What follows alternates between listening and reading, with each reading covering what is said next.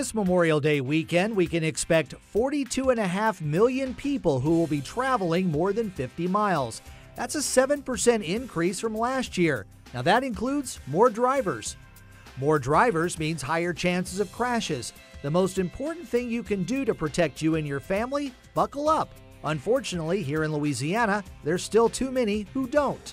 We're behind the curve a little bit. We lack in seatbelt usage by a lot. You know, I can tell you this, of all the fatalities we have about right now, just under 50% were not wearing seatbelts.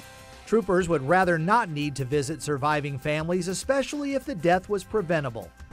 We have to go make death notification to someone who was in a very minor crash, who would have ultimately walked away, but yet now we're making a death notification because they decided not to wear that seatbelt. Something very simple. And of course, the usual tips: don't drive impaired and don't get distracted.